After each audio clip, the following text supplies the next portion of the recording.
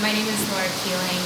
I'm a visual artist that is interested in film photography and video, so 35mm, 120, as well as 8mm film.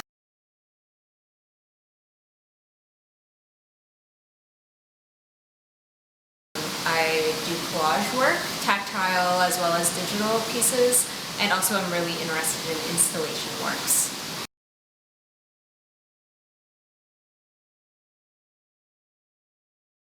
I've been practicing for probably since 2016 showing work, but my whole life I always had disposable cameras, so I was always that kid kind of carrying around film and taking photos and really interested in visually capturing what's around me.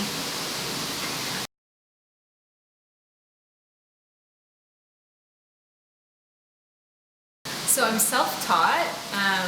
I basically had stopped participating or creating art when I went to university because I took sciences, and then I started working in the music industry and was surrounded by people doing creative things all the time, and then I started to take more photos again, and then I tried painting and I tried drawing, and they didn't really connect with me.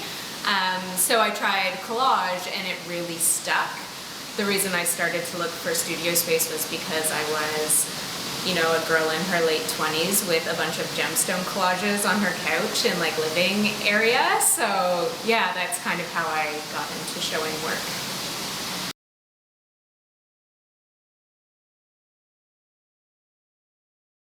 My typical process is that I spend an awful lot of time sourcing material, typically from vintage books, field guides, National Geographic magazines. I either cut out or scan what interests me, and then typically something catches my eye.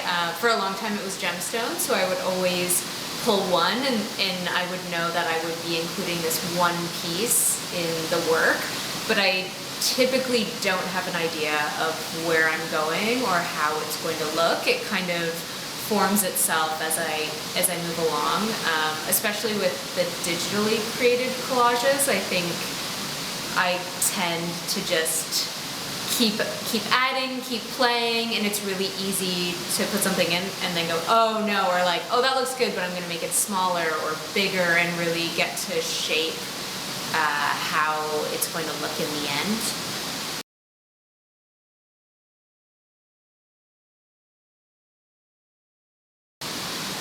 I like a lot of things about art. I think for me, it's really, I guess it sounds kind of selfish, but I started doing it just because I liked it. I wasn't doing it for any purpose. I never really planned to show work or how to do that, like even how to approach it.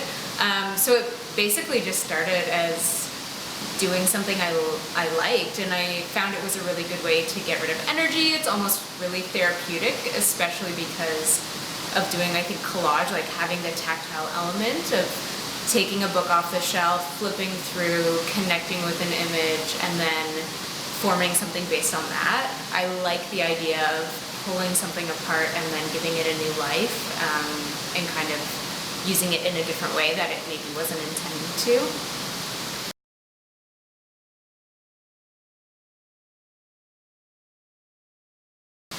What I really like about the art community in Toronto is that I've been really lucky to make friends and learn from a lot of different artists, whether it's artists that are in the same studio that I'm at, or maybe at an exhibition, or I go see their work and they happen to be there. So there's been really fruitful conversations, and I would say really great connections made. Not going to art school, I think I had quite a few hang-ups of being like, how do you price work? Where do you frame work? Where do you print it? All of these things that it's really nice to be able to just turn to someone else and have a conversation around. So I think I've been very lucky in that way.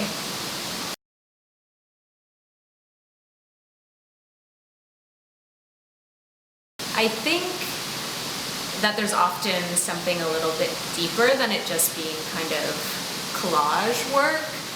Once at a show, someone was like, what even is this? It's collage, I could do that. Like, why are you showing this?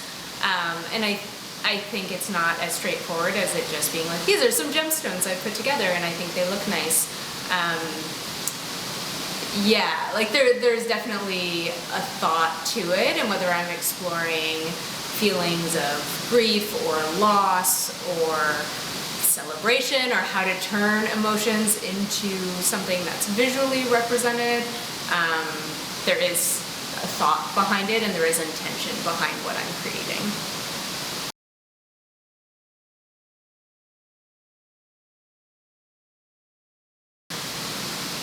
Don't be scared.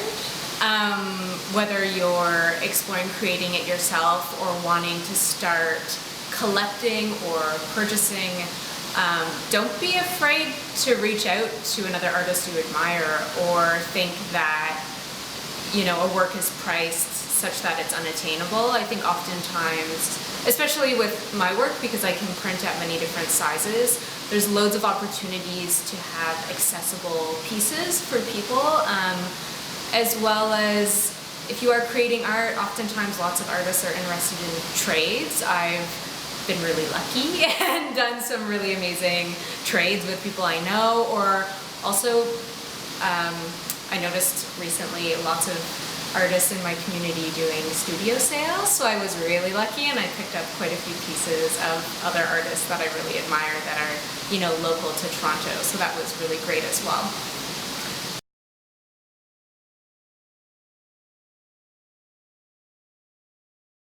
Yeah, this is such an interesting question, because I think sometimes people equate age with emerging, but I personally started making art a little bit later on, so I do consider myself emerging.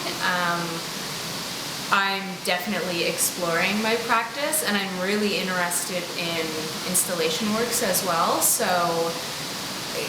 not being sure how one thing kind of defines my practice, and trying a lot of different ways of creating art, and including, you know, collage in installation works, or I don't know, just like filling a space in such a way. I think I'm still dabbling and I'm still figuring out what I really like to do, and I would consider that part of an emerging practice. I also really enjoy participating in shows that other artists are a part of, so not a solo exhibition, and I think it's really interesting to see how pieces play against each other, and get used to speaking with curators, learning how to set up works and be part of an exhibition instead of going like full force and trying to do my own solo shows.